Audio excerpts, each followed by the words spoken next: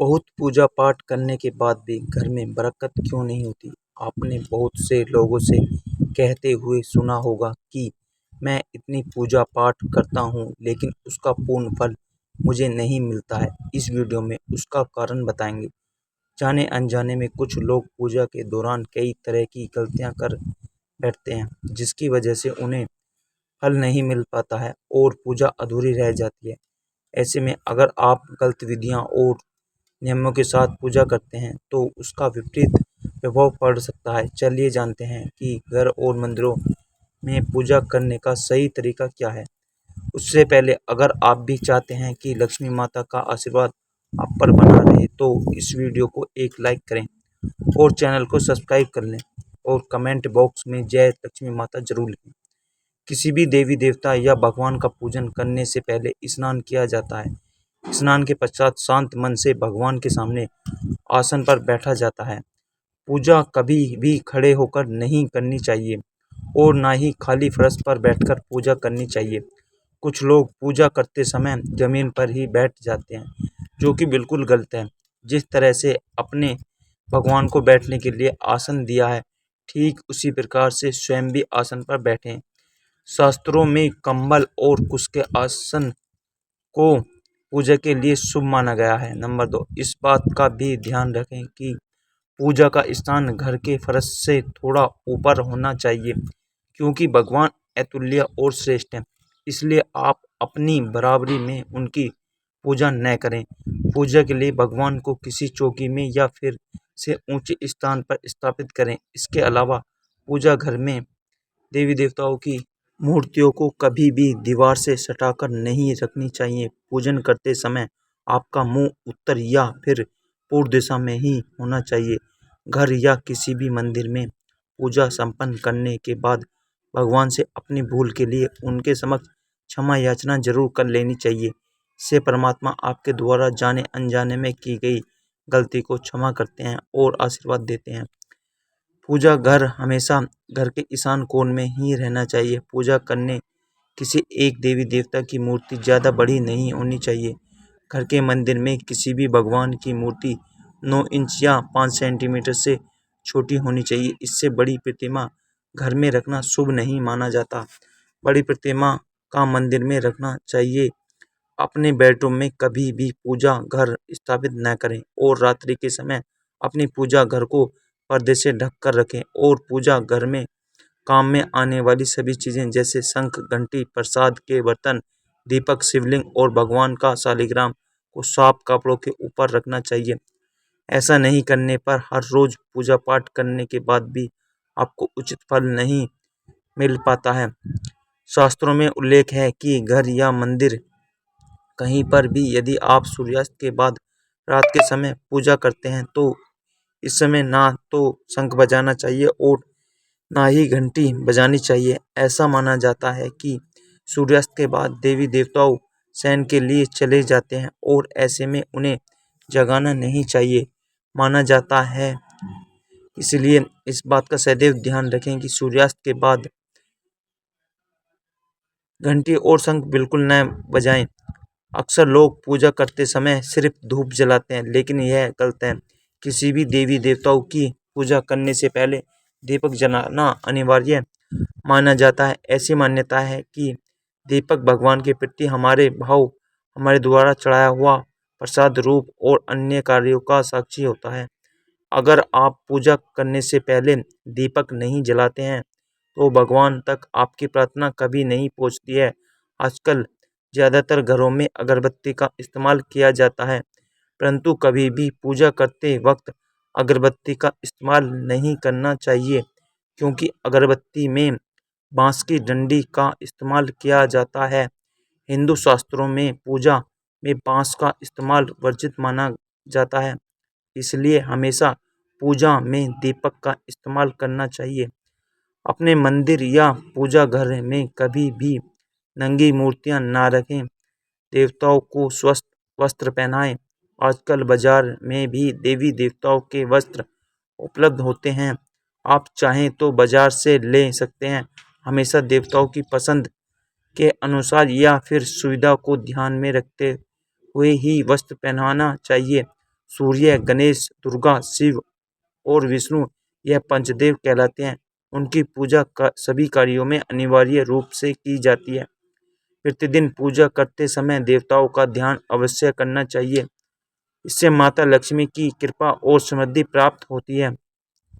आप चाहे किसी भी देवी देवताओं का पूजन कर रहे हैं, लेकिन सर्वप्रथम हमेशा भगवान गणेश को ही प्रणाम किया जाता है। किसी भी हवन या किसी भी शुभ कार्य की शुरुआत में भगवान गणेश को प्रणाम करके ही जाती है। ऐसा कहा जाता है कि भगवान गणेश को प्रणाम किए बिना पूजा करने से उसके फल की प्राप्ति नहीं होती है। नंबर 8, बिना सिर ढके पूजा नहीं करनी चाहिए। मान्यता है कि बिना सिर ढके पूजा करने से उसका पूर्ण फल आपको प्राप्त नहीं होता है। पूजा के दौरान सिर ढकना भगवान की प्रति श्रद्धा भाव को दर्शाता है। पूजा के दौरान सिर ढकने का धार्मिक कारण के साथ वैज्ञानिक कारण भी बताए गए हैं। इसलिए स्त्री हो या पुरुष पूजा के दौरान सिर जरूर रखें। कभी भी भगवान को एक हाथ से प्रणाम नहीं करना चाहिए। हमेशा पूरी तरह से झुककर दोनों हाथों से प्रणाम करना चाहिए। नंबर 2, जब भी आप पूजा करने किसी मंदिर में जाते हैं तो आपको मंदिर में जो प्रसाद मिलता है उसे मंदिर में ही खाना चाहिए। पहले आप उसे प्रसाद का थोड़ा सा हिस्सा ही मंदिर में क्यों न खाएं, बाकी हिस्सा घर ले जाने के लिए रख सकते हैं। यह ईश्वर के प्रति आपकी श्रद्धा का प्रतीक है। आप जब भी मंदिर जाते हैं तो आपको एक बार घंटा जरूर बजाना चाहिए। ऐसा माना जाता है कि घंटा बजाने से आपका संदेश सीधा ईश्वर तक पहुंचता है। घर में पूजा करने के बाद शंख घंटी को बजाना महत्वपूर्ण माना जाता है। इससे घर में सकारात्मक ऊर्जा आती है। हम हमेशा इस बात का ध्यान रखें कि कभी भी दीपक से दीपक नहीं जलाना चाहिए। शास्त्रों के अनुसार जो व्यक्ति दीपक से दीपक जलाते हैं वह रोगी ही होते हैं। नहाने से पहले कि भगवान को चढ़ाने के फूल को तोड़कर लाना चाहिए। नहाने के बाद फूल तोड़ने पर फूल स्वयं को चढ़ाया हुआ माना जाता है, ऐसा शास्त्र में कहा गया है। पूजा पाठ करते समय या फिर किसी भी समय दीपक, शंख, भगवान की मूर्ति, यह तस्वीर, सोने के आभूषण और शालिग्राम को कभी भी सीधे जमीन या फर्श पर नहीं रखनी चाहिए। नंबर 11, मंदिर में पूजा के समय भगवान की आरती करते समय भगवान विष्णु के सामने 4 बार, सूर्य देव के सामने 7 बार, देवी दुर्गा के सामने 9 बार, शंकर भगवान के सामने 11 बार और गणेश जी के सामने 4 बार आरती घुमानी चाहिए। इससे पूजा पाठ का सकारात्मक फल मिलता है। आपको किसी भी मंत्र का जाप करने के पश्चात आसन के नीचे की भूमि को स्पर्श कर नेत्रों से लगाना चाहिए। इससे आपको जप के पूर्ण फल की प्राप्ति होती है। नंबर 12, अगर आप किसी खास प्रयोजन के लिए कोई पूजा अनुष्ठान करते हैं तो उसमें दिए गए संकल्पों को पूरा करने में ज़्यादा समय नहीं लगाना चाहिए। अगर आपने कहीं किसी को दान करने का संकल्प लिया है तो उसे जितना जल्दी हो सके पूरा कर देना चाहिए। संकल्प को पूरा करने में देरी से पूजा अनुष्ठान का पूरा लाभ नहीं मिल पाता है।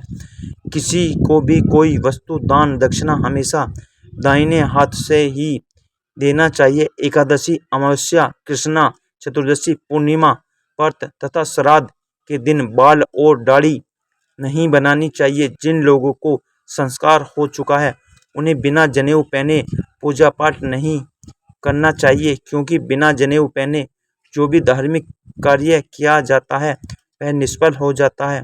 सभी हिंदू घरों में पूजा पाठ का या अन्य धार्मिक कार्य में इस्तेमाल करने के लिए गंगा जल रखा जाता है। लेकिन क्या आपको पता है कि प्लास्टिक की बोतल में या किसी अपवित्र धातु के बर्तन जैसे एल्युमिनियम और लोहे के बने बर्तन में गंगा जल नहीं रखना चाहिए। गंगा जल तांबे के बर्तन में रखना शुभ रहता है। अगर आप पूजा करने के लिए मंदिर जा रहे हैं तो आपको हमेशा घर से लोटे में जल ले लेना चाहिए। कभी भी मंदिर में रखे जल से ईश्वर का जल अभिषेक नहीं करना चाहिए। जब भी आप जल चढ़ाकर मंदिर से वापस आएं तब आपको ध्यान देना है कि जल का लोटा कभी भी खाली घर वापस न लाएं। यदि आप जल भरकर मंदिर से वापस लोटा लाते हैं तो इससे शुभ फलों की प्राप्ति होती है। हर रोज लक्ष्मी स्तोत्र या कनकधारा स्तोत्र का पाठ अवश्य करना चाहिए। यह धन प्राप्ति और दर्शन करने में विशेष फलदायी माना जाता है। यह एक चमत्कारिक स्रोत है जिसके पाठ से माता लक्ष्मी की आप पर कृपा बनी रहती है। इस स्रोत की खासियत यह है कि यह किसी भी विशेष माला या पूजा पाठ की मांग नहीं करता है। पूजा अर्चना करने के बाद आप इनका पाठ कर सकते हैं। साल 2024 में आपका रोज लक्ष्मी स्तोत्र या कनकधारा स्तोत्र का पाठ अवश्य करें, जिससे आपकी उन्नति होगी और धन की बचत भी होगी। वास्तुशास्त्र के अनुसार बहुत से लोग में आदत होती है कि खाना खाते समय, पढ़ते समय या काम की चीज करते हैं, वह बहुत अशुभ माना जाता है। साल 2024 में आप इस आदत से बचें। यह आपके धन के साथ साथ कई चीज़ों के लिए नुकसानदायक साबित हो सकता है। खाना खाते ही पाचन क्रिया शुरू हो जाती है। अगर आप खाते समय पढ़ाई या फिर काम करते हैं तो इसका असर आपकी पाचन शक्ति पर भी पड़ता है, जिससे स्वास्थ्य संबंधित समस्याएं बननी शुरू हो जाती हैं। इसलिए आप इससे बचें। जय श्री राम। वीडियो अच्छी लगी तो लाइक करें और चैनल को सब्सक्राइब